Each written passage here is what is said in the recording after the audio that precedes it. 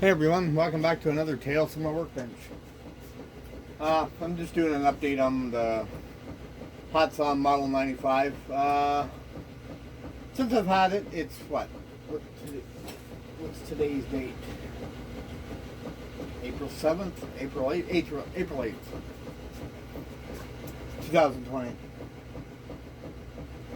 I've had this rifle for, I think, just over a month now. And I've put, I opened this tin, like there's 150 count in it. Check here. Yeah, about 150. 25 cal.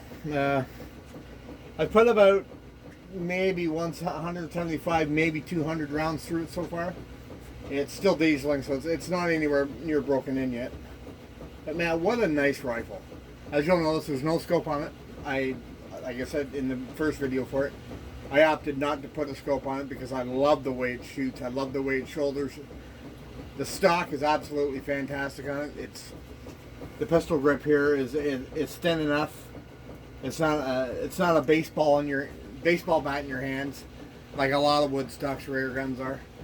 That one's cool. It's really slim profile to it. Love the checkering. I've oiled it a few times and it just absorbs the oil like nothing. As you can tell, there's kind of like there's a sheen to it, a shine. But this video, I'm gonna, like I said, it's nowhere near broken in yet, so I'll do a decibels test today, or tonight rather. And I'll see where we're at, see how loud it is, and then I'll take the camera out there in the other room and set it up, and I'll put maybe 5 or 10 shots into one of my coffee cans there, and just to show you. And I'll be shooting offhand too, because that's the way I like to shoot this rifle. It's nice to shoot offhand. Yeah, I've cleaned the barrel.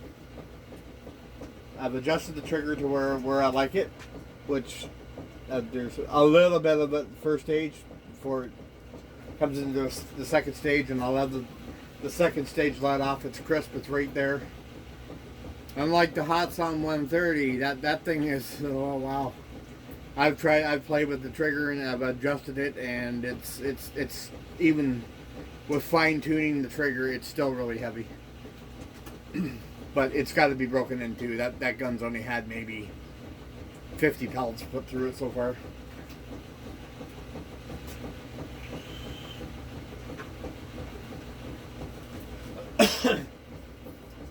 I'm not sure. I think this is going to be my, when I go moose hunting or whatever, even deer hunting, I'm going to put the stock stud in the stock and maybe a barrel band sling stud on it so I can carry it while I'm hunting. And if I see a partridge or a rabbit, I'll use this for it because it's quiet enough. But I want to keep it the way it is with the open sights. That's for now. Down the road, I don't know. I may look into putting a scope on it later on, but I don't know. If I do put a scope on it, I've been looking at 4 power scopes, just straight 4 power, but I'm looking for a 4 to 40. I want the 40, so the 40 gives you a little bit wider angle and more light in the scope. But I want a 4 to 40 with an adjustable objective, if they're even made. I know the 4 to 40s are made. I've already looked at them. I need to find a 4 to 40 AO. And it'd be great if it had a mil-dot reticle on it too. Anyway, I'm going to set the decibel meter up and set my camera up, and we'll go from there. Back in a couple minutes.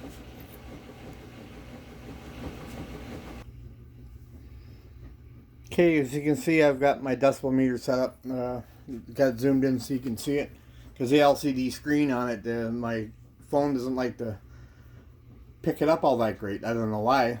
I had to zoom it in. Anyway, we're just gonna take a few shots just to see how loud it is.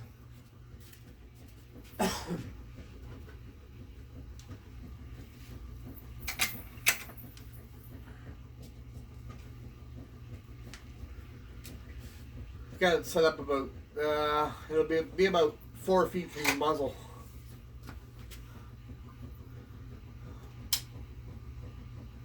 Shot one. Wow.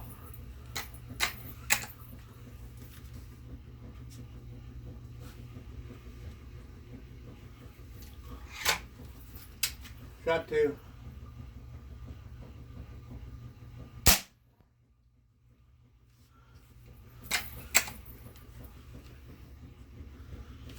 So far, it's not really looking like it's backyard friendly.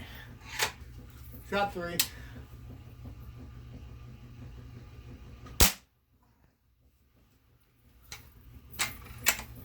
I'll take 5.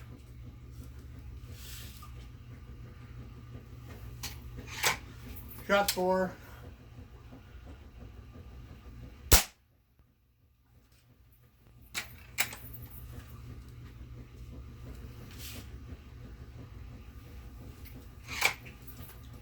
And shot 5.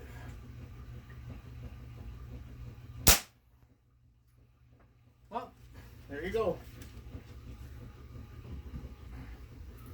Looks like the loudest decibel reading was 98.1. Oh, I knocked the camera there. Even I don't think my neighbors would hear it if I was shooting in the house. Shooting outside of the backyard, I don't think they'd hear it. Turn some music on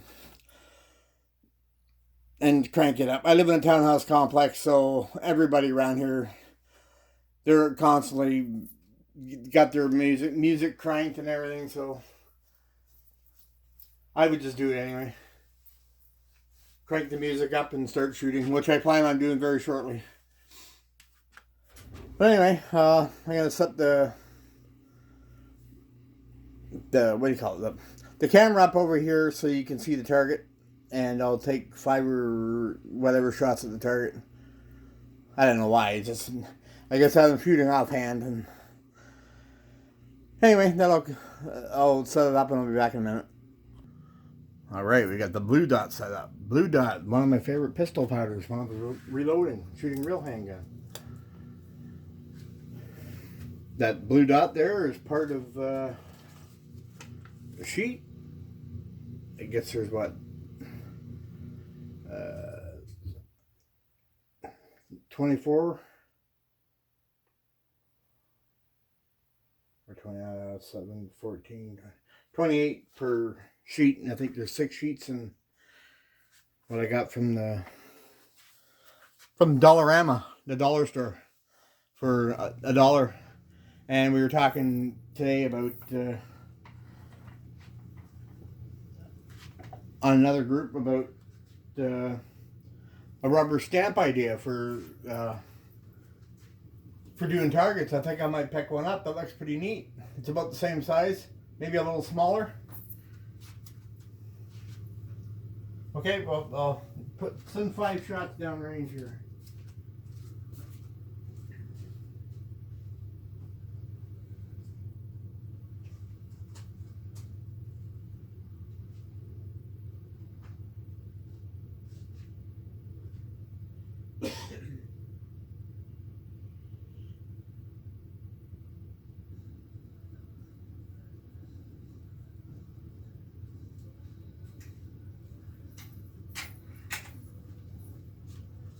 And this is offhand as well. Not resting on anything. Gotta get used to shooting offhand again. Shot number 1.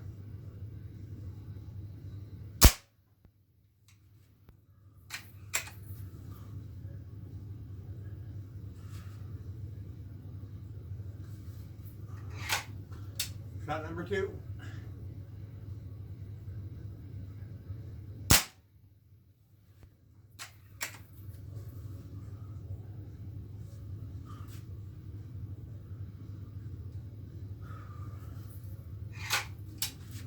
Number 3.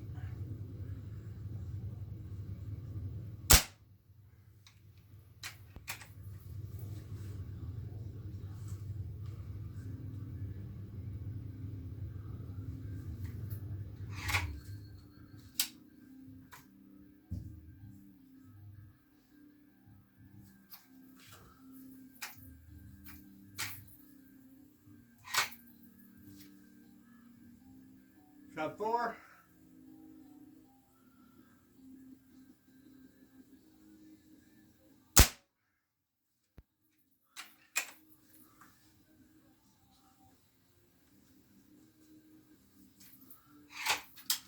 Shot 5.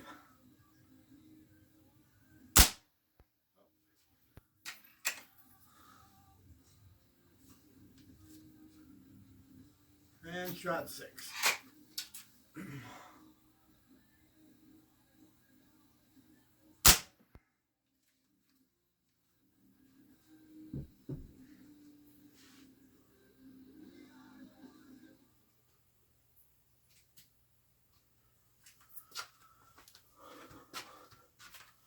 Not too shabby.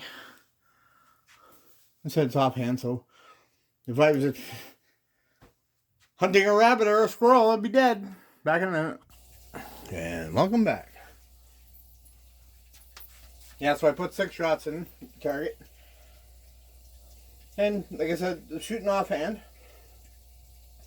Just checked all the screws. All the screws are still tight as tight can be, which is pretty cool. I'm absolutely in love with this rifle. It's not viral quality, but it's pretty close. It's amazing quality. It's you know, it's in the top 10, and I might even put it in the top 5 for break barrel rifles. If you want magnum power in 25 caliber in a break barrel, Hatsan is, in my opinion, the only way to go.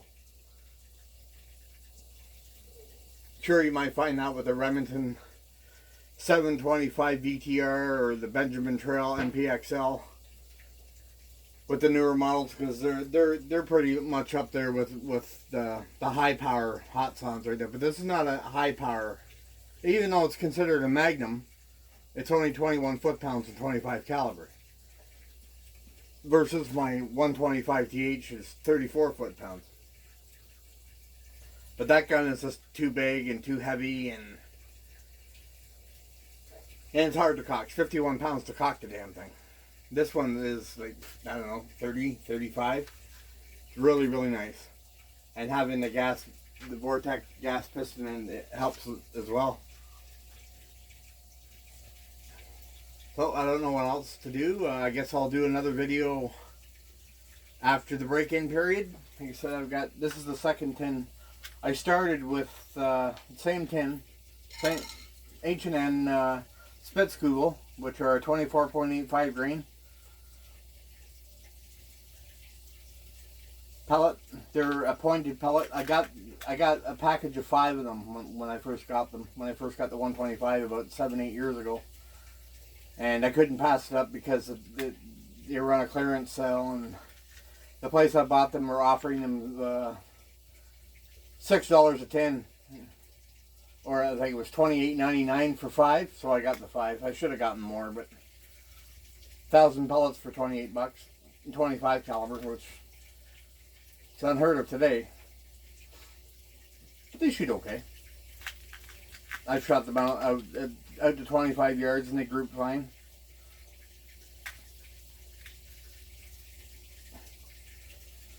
Yeah, H&N Spitkegel. They got the 4 out of 5 for precision, 3 out of 5 for distance, because they're, contrary to popular belief, even though their spits are pointed, and they're a really sharp pointed pellet too.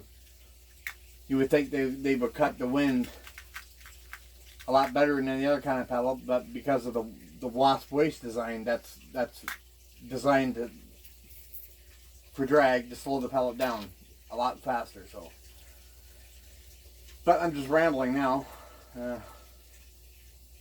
Yeah, so if I find a 4x40 AO scope, I might put the 4x40 on it. I don't want anything that's super, any kind of magnification really. Because I just want to pull it to my shoulder and put it on the game, and that's it. I didn't buy this rifle for long range. I'm going to call it my Model 95 Woods Walker is what I'm going to call it. Even though Woods Walker's already been taken, I don't care. It's my 95 Woods Walker. It's my stocking gun because it's short enough to be a stocking gun. So, but I like this gun so much. I'm looking at possibly getting the 22 version of it as well, and maybe the 177 as well. Getting both calibers, but I'll be getting the 22 for sure. If they stay in stock long enough, that is. Anyway, that'll wrap this video up. Maybe I'll do another update on the Model 130 after. I'll do the same thing with the decibel test and the target test and all that, and talk a little bit about it.